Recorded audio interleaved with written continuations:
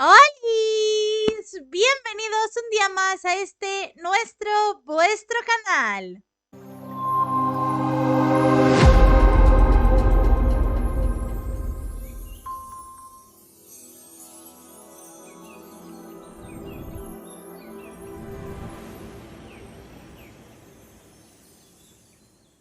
Y bueno, ¿qué es lo que os traigo hoy?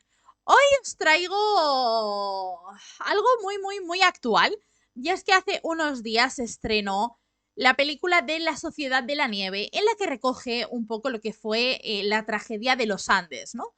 Recordemos que la tragedia de los Andes fue un grupo de uruguayos que, bueno, pues que el avión básicamente tuvo un accidente porque volaba muy bajo, y cuando se dieron cuenta de que tenían la cordillera o una de las montañas de la cordillera tan cerca, lo que hicieron fue elevarse y la cola chocó con ese punto de la cordillera, lo que hizo que el avión se estrellase.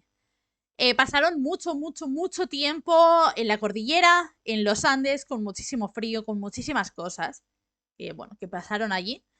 Y eso es lo que vamos a hacer hoy. Hoy vamos a ver un pequeño documental muy pequeñito sobre la realidad de la tragedia de los Andes. Luego, después de eso, vamos a hacer un pequeño homenaje a Sergio Catalán, que fue fue el arriero que encontró a los dos uruguayos y que les dio, por así decirlo, esa ayuda, que ellos lo tildan, y los uruguayos siempre lo han tildado como su padre o la persona que les dio como ese pasaje a la vida. Es algo muy bonito.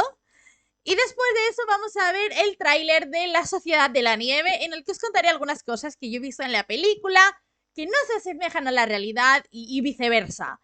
Así que eso es lo que vamos a hacer. No me voy a enrollar más y sin más dilación, ¡dentro vídeo!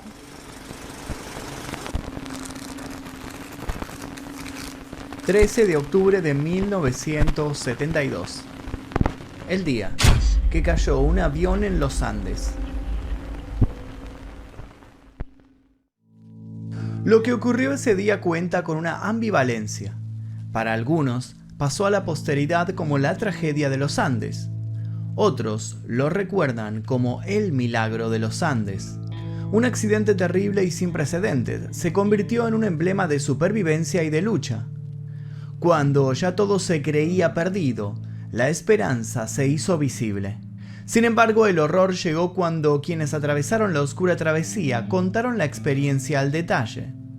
Entonces, los rostros de todos los que estaban siguiendo la noticia se llenaron de espanto. Hoy, casi 50 años después de que todo ocurriera, la historia sigue helando la sangre y es considerada, a su vez, una de las peores calamidades ocurridas en el mundo del rugby. Pero, ¿cuáles fueron las peripecias que sufrieron las víctimas del accidente? ¿Hasta dónde es capaz de llegar el instinto humano con tal de no entregarse a una muerte que parece inminente? Antes de comenzar esta historia, les pido por favor que dejen su like aquí debajo, se suscriban si todavía no lo hicieron y activen notificaciones. Además, los invito a dejar algún comentario con sugerencias para posibles futuros videos. Comencemos. Antes de nada, por favor, quiero que este tema lo intentemos tratar con el máximo respeto posible. Sé que es también una noticia y sé que es algo que dio mucho morbo, que sigue dando muchísimo morbo a día de hoy. Pero creo que no se puede criticar absolutamente nada de lo que hicieron o de lo que dejaron de hacer, ¿vale? Es mi opinión, a lo mejor cada uno tiene la suya, pero creo que bueno, quiero dejarlo aquí plasmado por si acaso. Sigamos. El 22 de diciembre de 1972, un humilde hombre que se encontraba pastoreando a su ganado en las proximidades del río Barroso, vio que le hacían señas desde la otra orilla. Se trataba de dos sujetos que agitaban los brazos con desesperación. El nombre del humilde hombre era Sergio Hilario Catalán Martínez. Había nacido en el año 1929 en Chile y era padre de 9 hijos. Dedicaba su vida a la cría de ovejas. Sergio intentó entender lo que los hombres le decían. pero el ruido provocado por la corriente del agua interfería con cualquier tipo de comunicación que se intentara establecer. Sin embargo, algo le quedó bastante claro: esos hombres necesitaban ayuda. Ojo, aquí voy a comentaros algo que no sé si lo sabéis o no, pero realmente los dos uruguayos vieron pues ese río, ¿vale? Vieron un río en el que se pusieron a beber agua, pero con lo primero que se encontraron fue con una vaca, ¿vale? Ellos, bueno, pues cuando vieron la vaca podéis entender que estaban hambrientos y realmente lo que pensaron fue en comerse la vaca. Lo que pasa es que apareció Sergio y al otro lado del río, pues lo primero que hizo fue lanzarles un poco de pan, bueno, un buen trozo de pan, ya me entendéis, para que pudiesen alimentarse mientras él iba a pedir ayuda. Sigamos a ver qué es lo que nos cuentan. En su aspecto había algo alarmante. Sergio les hizo un gesto para tranquilizarlos. Mañana era el mensaje. Efectivamente, al otro día volvió al lugar. Los sujetos seguían allí. Sergio, esta vez mejor preparado, lanzó a sus interlocutores una piedra en la que había atado una libreta y un lápiz. Los otros tomaron la piedra y uno de ellos se puso a escribir. Cuando Sergio recuperó el papel, quedó pálido. No podía creer lo que leía. Vengo de un avión que cayó en las montañas. Soy uruguayo. Hace 10 días que estamos caminando. En el avión quedan 14 personas heridas. Tenemos que salir rápido de aquí y no sabemos cómo. No tenemos comida. Estamos débiles. Por favor, no podemos ni caminar. Sergio asintió con la cabeza. Luego les lanzó 4 panes y una promesa. Iba a ayudarlos, costara lo que costara. Sin perder tiempo, Sergio cabalgó a caballo a toda velocidad los 120 kilómetros que lo separaban de Puente Negro, donde había un retén de carabineros. Una vez allí explicó lo sucedido y transmitieron la noticia a Santiago, donde recibieron el mensaje con incredulidad. Incluso llegaron a suponer que este hombre estaba borracho. Sergio insistió con vehemencia, hasta que alguien aventuró la siguiente idea. ¿Y si se trataba realmente de la gente que se había estrellado en el avión hacía más de 70 días? Pero parecía imposible pensarlo. ¿Quién podría sobrevivir primero a un accidente aéreo y luego a la hostilidad del clima de los Andes durante tanto tiempo? Pero, ¿y si eran ellos? Gracias a la tenacidad de Sergio, se ponía en marcha un operativo que terminaría rescatando a los sobrevivientes. Una horrible odisea llegaba a su fin en aquel diciembre, una odisea que había empezado un 12 de octubre. El equipo de rugby amateur Old Christian Club de Montevideo estaba atravesando una muy buena racha. Iban a enfrentar a un equipo de rugby inglés en Santiago de Chile, una oportunidad única para mostrar qué tan preparados estaban para ascender a las grandes ligas.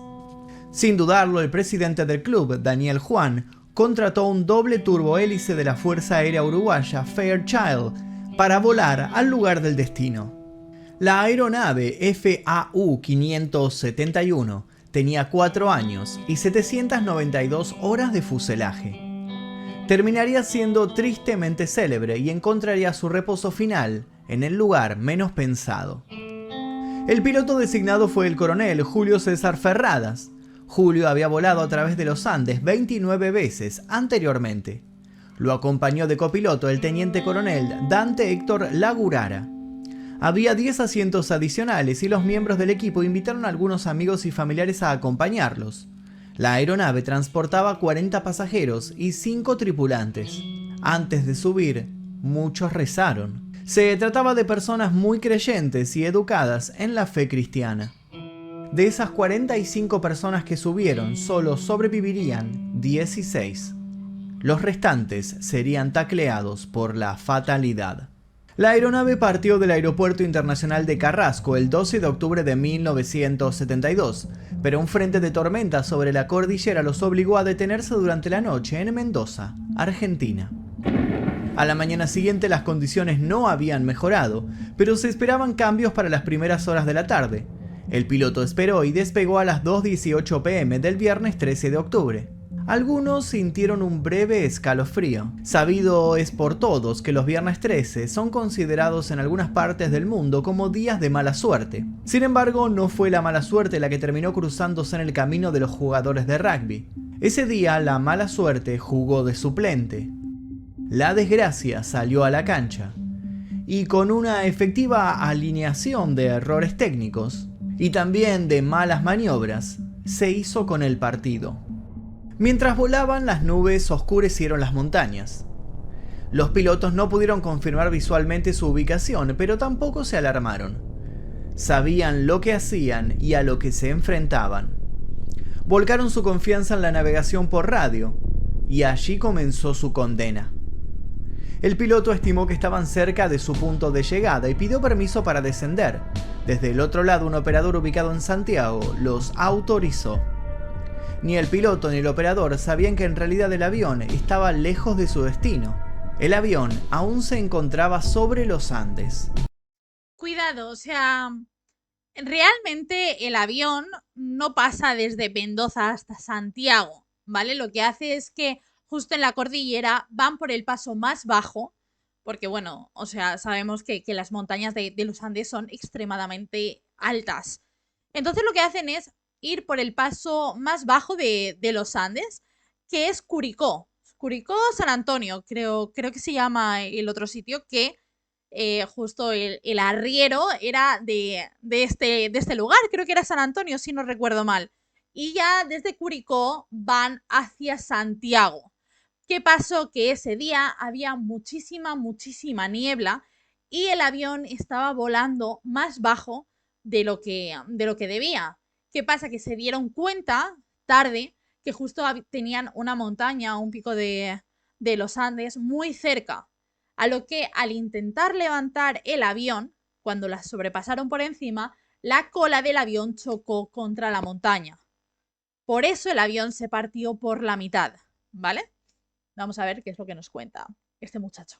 Y para cuando ambas partes se percataron, fue demasiado tarde. La cordillera de los Andes ocupa la zona occidental de América del Sur, bordeando toda su costa del Océano Pacífico.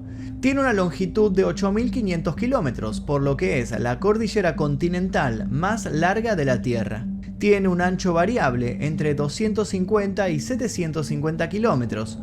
Ocupa una superficie aproximada de 2.870.000 kilómetros cuadrados. Su altura media está entre 3.000 y 4.000 metros sobre el nivel del mar.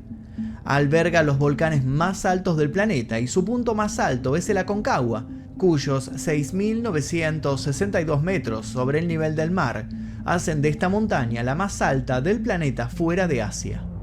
Por su importante actividad volcánica, forma parte del Cinturón de Fuego del Pacífico. Los Andes, además, es el escenario principal de esta historia. En un primer momento, las turbulencias fueron material de risa para los más osados.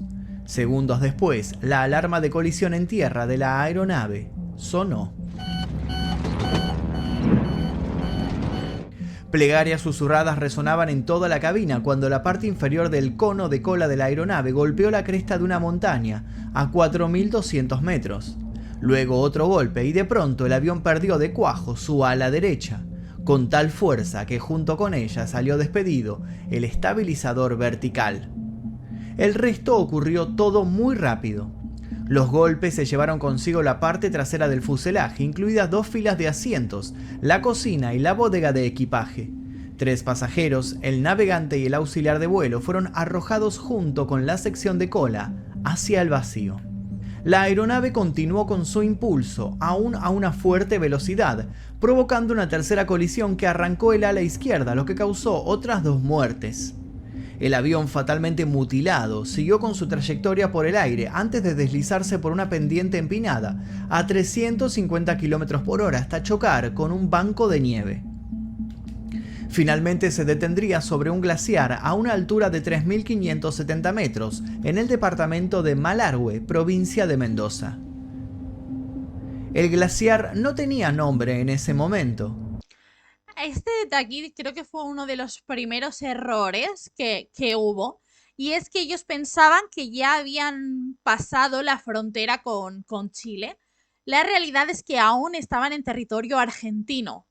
¿Qué pasó? Que esto hizo que el momento en el que Canessa fue a, bueno, pues a intentar llegar a Chile, a Curicó, porque recordemos que como que en la mente de los tripulantes de cabina y tal, o de los pilotos, estaba el Curicó, y ellos se quedaron mucho con este nombre.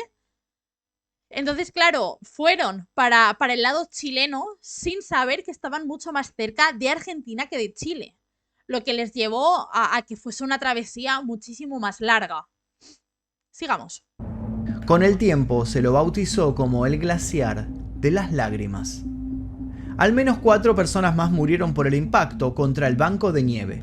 El piloto murió instantáneamente cuando la nariz del avión se desplazó hacia atrás con la fuerza del golpe y comprimió el panel de instrumentos contra su pecho. El copiloto también quedó atrapado.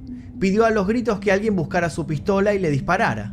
Nadie se animó a hacerlo. Murió al poco tiempo. Otro de los pasajeros salió tambaleante del accidente, pero cayó en nieve profunda y se asfixió. 33 personas permanecieron con vida, aunque muchos resultaron gravemente heridos. Ninguno de los pasajeros con fracturas compuestas sobrevivió. Roberto Canessa, estudiante de segundo año de medicina, actuó rápidamente para evaluar la gravedad de las heridas de las personas y tratar a quienes más chances de sobrevivir tenían. Nando Parrado tuvo una fractura de cráneo y permaneció en coma durante 3 días. No lo sabían en ese momento, pero Canessa y Parrado terminarían siendo esenciales para que toda esa pesadilla terminara. Sin embargo, aún faltaba mucho para eso. El Servicio de Búsqueda y Rescate Aéreo de Chile fue notificado de que el vuelo estaba perdido. 4 aviones registraron la zona esa tarde hasta que oscureció. Llamaron al grupo de rescate de los Andes de Chile. Al segundo día, 11 aviones de Argentina, Chile y Uruguay buscaron el vuelo derribado. Los sobrevivientes los vieron pasar, pero percibieron de inmediato que la bruma y las ventiscas de nieve hacían que fuera imposible distinguirlos. Buscaron algo con lo que escribir en el dañado fuselaje. Encontraron lápiz labial e improvisaron un famélico SOS que no tardó en quedar tapado. Con una angustia indescriptible vieron a los aviones de rescate alejarse. Con afán de no rendirse, buscaron entre los restos de la nave hasta que encontraron un pequeño transistor. Sin perder tiempo, improvisaron una antena y pudieron, interferencias mediante, escuchar las noticias. Día tras día miraban el cielo y escuchaban a pilotos de diversas nacionalidades hablar de que tarde o temprano los iban a encontrar, de que solo era cuestión de tiempo. Trataron de mantenerse animados, hasta que escucharon un comunicado emitido el 21 de octubre. Después de indagar en la zona por un total de 142 horas y 30 minutos, los buscadores concluyeron que no había esperanzas y daban por concluida la búsqueda. O sea, imaginaos ese momento en el que vuestro avión se estrella en la cordillera de los Andes, que tras mucho esfuerzo conseguís una radio y escucháis que la búsqueda no va a seguir.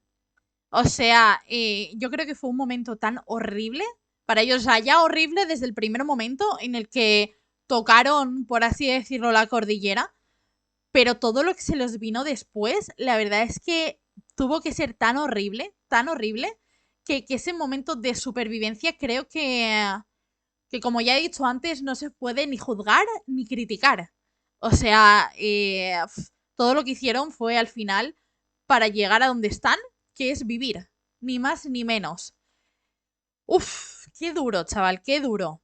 Aclaraban que esperaban encontrar los cuerpos sin vida en el verano, cuando la nieve se derritiera. Los pasajeros quitaron los asientos rotos y otros escombros de la aeronave y crearon un improvisado refugio de 2,5 por 3 metros. Para tratar de protegerse del frío, quitaron las fundas de los asientos, que estaban parcialmente hechas de lana. Para evitar la ceguera de la nieve, armaron anteojos de sol usando los parasoles de la cabina del piloto. Los cojines de los asientos los usaron como raquetas de nieve. A medida que las horas pasaban, las muertes no pararon de sumarse. Todo se complicaba más y más, pero lo peor era el hambre. No había vegetación natural y no había animales ni en el glaciar ni en la montaña cercana. Los sobrevivientes tenían muy poca comida. 8 barras de chocolate, una lata de mejillones, 3 tarros pequeños de mermelada, una lata de almendras, caramelos, ciruelas secas y varias botellas de vino. Durante los días posteriores al accidente, los dividieron en cantidades muy pequeñas para que su escaso suministro durara el mayor tiempo posible. Sin embargo, incluso con ese racionamiento estricto, su stock de alimentos se redujo rápidamente. El grupo, desesperado y con fuertes necesidades calóricas, trató de comerse partes del avión, como el algodón dentro de los asientos y también el cuero, pero solo consiguieron enfermarse. Fue entonces cuando la... Había mucha gente enferma de los que estaban ahí. Lo que pasa es que por las altas temperaturas no se terminaban de desarrollar esas infecciones. O sea, creo que dentro de todo lo malo, tuvieron también suerte con eso, de que las enfermedades no se le terminasen de desarrollar, porque si no, muchos de los que están ahí, por no decir todos, seguramente hubiesen fallecido también en ese momento. La idea por la cual terminarían siendo juzgados empezó a sobrevolarlos. La mayoría de los muertos eran compañeros de clase, amigos cercanos o familiares, por lo que fue el doble de difícil asimilar la propuesta de Canessa. Si querían sobrevivir, debían recurrir a comer la carne de los que habían fallecido. En su carácter de estudiante de medicina, Canessa vio en los cadáveres no a esos amigos o familiares, sino a una fuente de proteínas que podían llegar a ser su salvación y la de los otros. El grado de religiosidad del resto lo llevó a espantarse con tan solo evaluar la chance. Canessa, de temperamento duro y con tan solo 19 años, decidió abandonar los argumentos y pasó a los hechos. Utilizando cristales rotos del parabrisas del avión como herramienta de corte, dio el ejemplo al tragar la primera tira de carne congelada. Muchos continuaron unos días negándose, otros tardaron en retener la carne humana en sus estómagos, pero de a poco, todos entendieron que no había otra opción. Luego hay una conversación súper famosa entre Canessa y... Ay, ¿quién era la otra persona? No recuerdo con quién tuvo esa conversación Canessa, pero decía lo de yo me como al piloto, ¿no? Eso fue así, argumentando que por el piloto era por lo que estaban allí.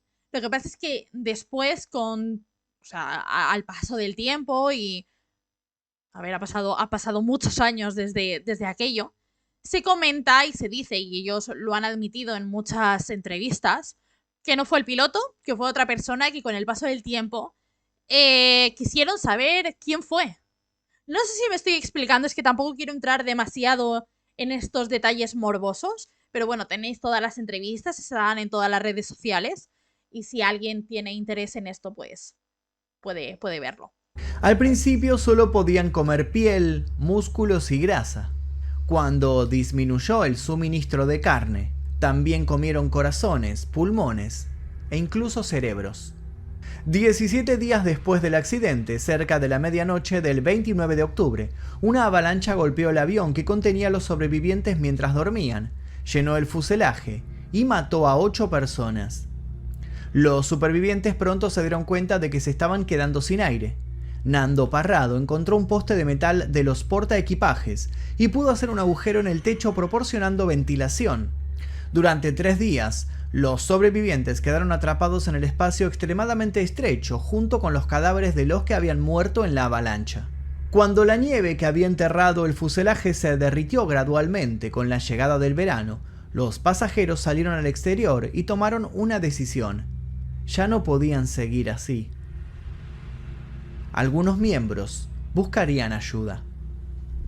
Los sobrevivientes ya habían realizado varias expediciones breves en las inmediaciones de la aeronave en las primeras semanas después del accidente, pero encontraron que el mal de altura, la deshidratación, la ceguera por la nieve, la desnutrición y el frío extremo durante la noche hacía que viajar cualquier distancia significativa fuera una tarea imposible.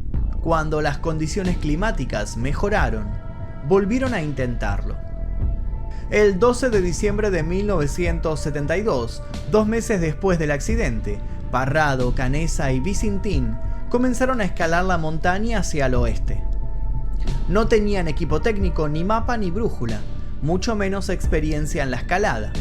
Llevaban un saco de dormir improvisado y una única convicción: ya no quedaba mucho por hacer. Morirían inevitablemente si no encontraban ayuda, ellos y los otros. Los tres hombres pudieron ver que la caminata iba a tardar mucho más de lo que habían planeado originalmente. Se estaban quedando sin comida, por lo que Visintín acordó regresar al lugar del accidente. Claro, a ver, ellos lo que hicieron fue la primera pendiente ascendente que había, la subieron para ver desde arriba un poco qué era lo que había, ¿no? A ver si encontraban o si veían algún claro en los que diesen muestras como que estaban cerca de Chile en este caso. ¿Qué pasó? Que cuando subieron, o sea, justo esa subida tardaron, no sé si fue 1 o 2 días en subir, y cuando estaban arriba y vieron todos los que les quedaba y que cada vez las montañas eran más altas, Vicentín lo que hizo fue bajar con un trozo que había del avión, así como utilizándolo básicamente como trineo, bajó y tardó nada, 1 hora y poco en llegar donde estaba el avión. Allí él dice que él prefirió volver porque había poca comida, creo que tenían comida como para 3, 4 días, para los tres. Y como Vicentín bajó, ellos dos tuvieron como más comida para seguir el viaje. El regreso fue completamente cuesta abajo y usando un asiento de avión como un trineo improvisado, regresó al punto del accidente. Antes de continuar, Parrado y Canessa hablaron largo rato. Ambos eran frontales y realistas. Sabían que estaban caminando hacia el final. Ya no habría marcha atrás. Era conseguirlo o perecer en el intento. Estrecharon sus manos a sabiendas de que estaban sellando su destino. Parrado y Canessa caminaron varios días. Cuando sus fuerzas flaqueaban, se alentaban el uno al otro. Poco a poco en el camino empezaron a aparecer más y más signos de presencia humana. Primero alguna evidencia de acampada. Finalmente, en el 9º día, algunas vacas. Fue en ese entonces que salieron a juntar leña y se encontraron ni más ni menos que con el arriero, Sergio Hilario Catalán Martínez. Cuando se conoció la noticia de que la gente había sobrevivido al accidente del vuelo 571 de la Fuerza Aérea Uruguaya, reporteros internacionales comenzaron a caminar varios kilómetros por la ruta de Puente Negro a Termas del Flaco. La Fuerza Aérea de Chile proporcionó 3 helicópteros Bell UH-1 para ayudar con el rescate.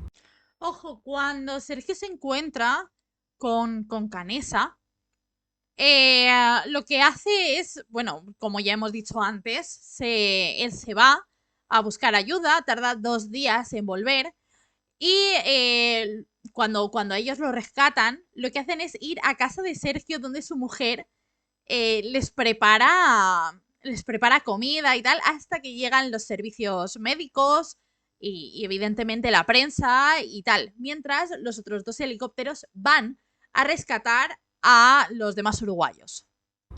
En circunstancias normales, el equipo de búsqueda y rescate habría traído los restos de los muertos para su entierro. Sin embargo, dadas las circunstancias, los rescatistas chilenos decidieron dejar los cadáveres en el lugar hasta que las autoridades pudieran tomar las decisiones necesarias.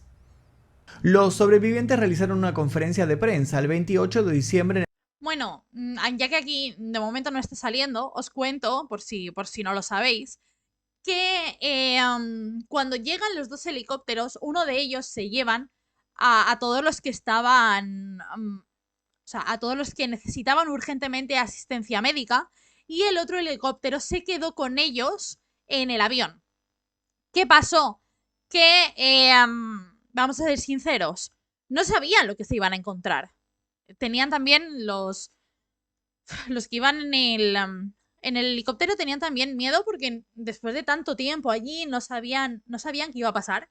Entonces ellos montaron una carpa fuera del avión donde se quedaron y uno de los que iba en el helicóptero entró con los demás al avión. Era el día del cumpleaños de ese señor. ¿Qué pasó? Que los uruguayos como que en ese primer momento no entendían el por qué estaban allí, por qué no querían juntarse con ellos. Luego, con el paso del tiempo, lo entendieron, ¿no? Y era porque no sabía qué podían pasar. ¿Por qué no se los llevaron a todos el mismo día? No se los llevaron por el tiempo que hacía en la cordillera. Era muy difícil que el traslado fuese seguro y por lo tanto se quedaron allí esa noche. No sé si esto lo sabíais, pero bueno, si no lo sabéis, ya lo sabéis. En el Colegio Estela Maris de Montevideo, donde relataron los hechos de los 72 días anteriores. Para su sorpresa, recibieron una reacción pública negativa por los casos de antropofagia, pero después de que explicaron el pacto que habían hecho los sobrevivientes de sacrificar su carne si morían para ayudar a los demás, el clamor disminuyó y las familias fueron más comprensivas. Las autoridades y los familiares de las víctimas decidieron enterrar los restos cerca del lugar del accidente en una fosa común. Cerca de la tumba, construyeron un sencillo altar de piedra y clavaron una cruz de hierro naranja en él. Colocaron una placa en el montón de rocas con la inscripción "El mundo a sus hermanos uruguayos". Rociaron los restos del fuselaje con gasolina y lo prendieron fuego. Solo quedó el marco carbonizado. El padre de una víctima había recibido noticias de un superviviente de que su hijo deseaba ser enterrado en su casa. Al no poder obtener el permiso oficial para recuperar el cuerpo, montó una expedición por su cuenta con guías contratados. A su regreso con los restos, fue detenido por robo de tumbas. Un juez federal y el alcalde local intervinieron para obtener su liberación. Canessa trabaja actualmente como cardiólogo infantil y orador motivacional. En 2016 escribió el libro Tenía que sobrevivir. En 2019, el excomandante del ejército Guido Manini Ríos le ofreció a Canessa la postulación a la vicepresidencia de la República por el partido Cabildo Abierto. Canessa la rechazó.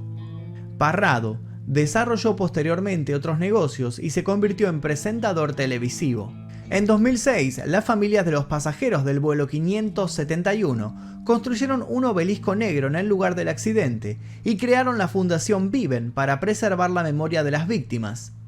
Las personas rescatadas crearon un sólido vínculo con Sergio y sus hijos hasta el punto de llamarles Papá Sergio y hermanos. En julio de 2007, debido a una artrosis en la cadera derecha que ya sufría desde hacía un tiempo, Sergio necesitó operarse para que se le implantara una prótesis. Fueron sus hijos uruguayos quienes, con su contribución, financiaron el coste de la operación. También le ofrecieron ayuda cuando, 5 años después, en 2012, tuvo que ser operado otra vez. Sergio falleció a la edad de 91 años en Puente Negro, el 11 de febrero de 2020. Sus restos reposan en el cementerio Parque San Fernando. Aunque su lápida no lo menciona para 16 personas, siempre será recordado como un héroe. Y bueno, en cuanto a la primera parte, hay ciertas cosas que no se saben y que, por ejemplo, uno de los padres uno de los que desgraciadamente murió en la cordillera de los Andes, gastó todos sus ahorros, y ya no sus ahorros, sino todo el dinero, hasta quedar en bancarrota, porque todos los días alquilaba una avioneta para buscar el avión. Y esto son cosas que no se saben. Luego, por ejemplo, cuando se dijeron por radio todos los nombres, el que los dijo era el padre de Carlos Páez. Y en ese momento se enteró de que su hijo era uno de los supervivientes de esta tragedia. O sea, pasaron muchas cosas increíbles que no sé, y realmente que ellos llamasen papá a Sergio es algo increíble. Como ellos dicen, les dio el pasaporte a la vida, porque sin él realmente o hubiesen muerto o no hubiesen llegado o realmente los que estaban en el avión pues no podrían haber sido rescatados, ¿no? Vamos a ver,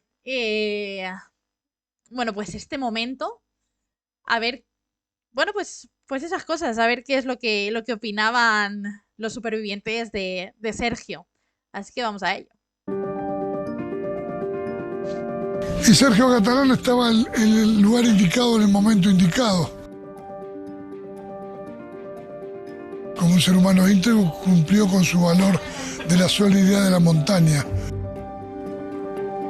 Y él me dijo que había actuado como hombre, como padre y como cristiano. Y para nosotros sigue siendo un padre.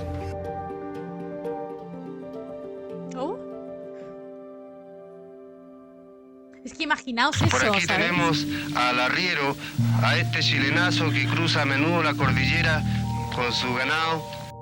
Sergio Catalán era su nombre, conocido como el arriero, pero por 47 años fue llamado padre por los 16 rugbyistas uruguayos que gracias a él, un lejano 21 de diciembre de 1972, vivieron para contar una de las experiencias más aterradoras que un ser humano podría experimentar.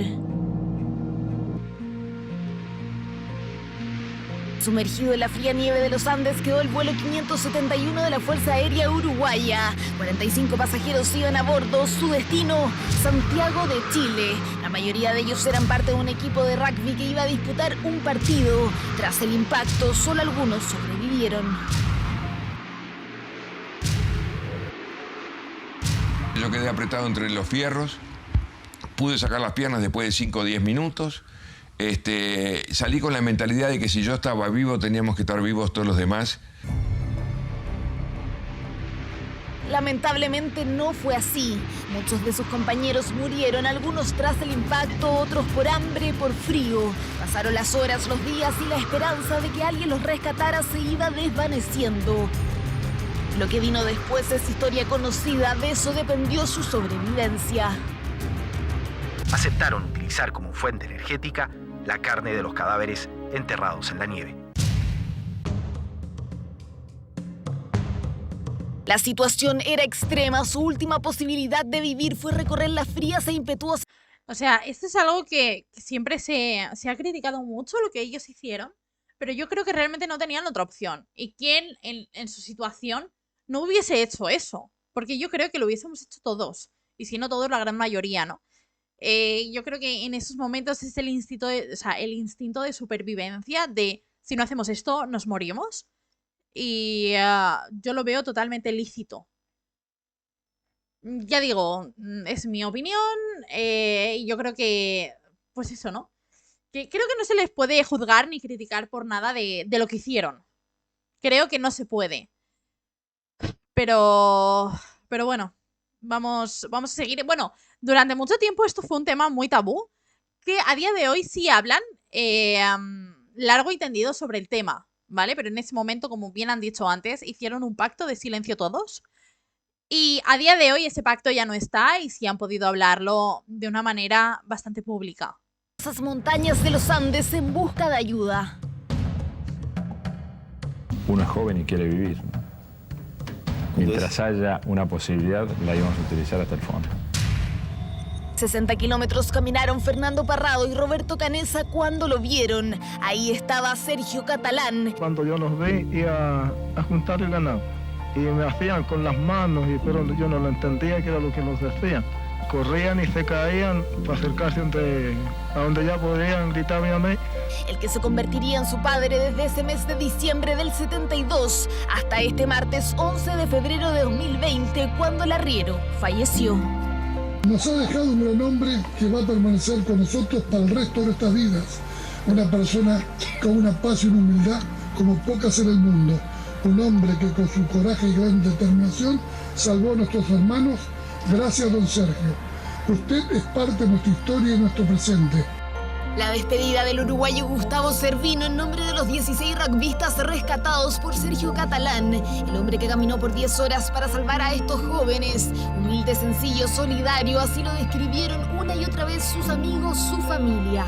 Y muy generoso, un gallo humilde, callado, tranquilo, no le gustaba figurar para nada. Orgullosa de tener un padre como el que tuvimos, que él nunca esperó ningún reconocimiento. Él siempre dijo, yo hice lo que tenía que hacer. Y eso a nosotros nos llena de orgullo.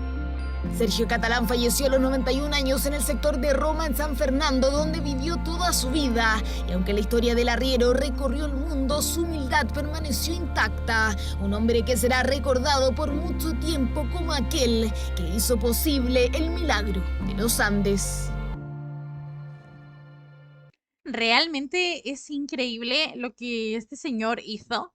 Creo que también los chilenos debéis sentiros muy, muy, muy orgullosos de que alguien al final de vuestro país hiciese esta hazaña tan grande, ¿no? Y al final salvase a los uruguayos cuando nadie más los estaba buscando. Uf, es de tener un valor increíble también, ¿eh? Y además, o sea, los uruguayos lo reconocen como su padre. Y sé que han hecho muchísimos viajes a Chile para verlo. Y ya, pues evidentemente, el día de su funeral también estuvieron allí. Creo que es muy, muy, muy importante lo que nos enseña, ¿no? Que hay que ser humanos, no sé, que tenía que dar en ese momento todo para poder salvarlos. Y bueno, sé que muchos de vosotros vivisteis este accidente, esta tragedia, incluso este milagro. Quiero que me contéis cómo lo vivisteis vosotros. Sé que a día de hoy se sigue recordando el hecho de que hace unos días saliese la película. Creo que, bueno, pues que la gente va a seguir hablando más. Se van a abrir otra vez muchísimos debates sobre lo que tenían que haber hecho, cómo lo tendrían que haber hecho, etcétera, etcétera. Creo que pecamos siempre los humanos de ser muy criticones con las cosas cuando realmente no estábamos ahí, no supimos, o sea, no sabemos por lo que tuvieron que pasar, por esas decisiones que tuvieron que tomar y por ciertas acciones, ¿no? Creo que solamente puedes criticar eso si has estado en esa situación, una situación extrema a niveles brutales. Creo que no ha habido otra situación tan extrema nunca. Y que yo admiro la valentía de chicos como, bueno, de como chicos tan jóvenes, porque creo que el más joven, o sea, el más mayor de los que sobrevivieron, creo que tenía como unos 26 años, 27 años, no tenía más. Y es algo increíble como un grupo de niños, porque al final eran niños, pudieron, bueno, a ver, no niños en sí, pero eran muy jóvenes, cómo pudieron enfrentarse a todos esos desafíos increíbles. O sea, no... A mí es algo que me cuesta muchísimo de aceptar, porque yo tengo 28 años y yo no me imagino nunca en una situación así. No me gustaría tampoco vivirla para absolutamente nada. Pero, no sé, me parece algo muy, muy, muy fuerte y me encanta que a día de hoy sigan dando conferencias, sigan hablando del tema, porque creo que puede ayudar a muchísima gente. Y, jolín, esas charlas motivacionales creo que son brutales. Hay muchísimas, pero muchísimas entrevistas de ellos en los que hablan abiertamente de absolutamente todos los temas. Y me parecen muy interesantes, así que si alguno de vosotros quiere verlas, pues están en internet y me parecen increíbles. Y que bueno, chicos, que hasta aquí el vídeo de hoy. Ya sabéis, dale me gusta si te ha gustado el vídeo, suscríbete al canal, activa la campanita para no perderte ningún vídeo y sígueme en Instagram, que es @gematebar. Podéis uniros también al grupo, familia, amigos que tenemos en Telegram. Os dejo los enlaces en la cajita de información. Tenemos TikTok igual. Y quiero, ahora sí, que me dejéis en comentarios si habéis visto la película y qué os ha parecido. Y si no la habéis visto, pues, oye, poneos a verla y dejádmelo también en comentarios. Y que nada, que nos vemos mañana, como siempre, a las 7 en un nuevo vídeo. ¡Adiós!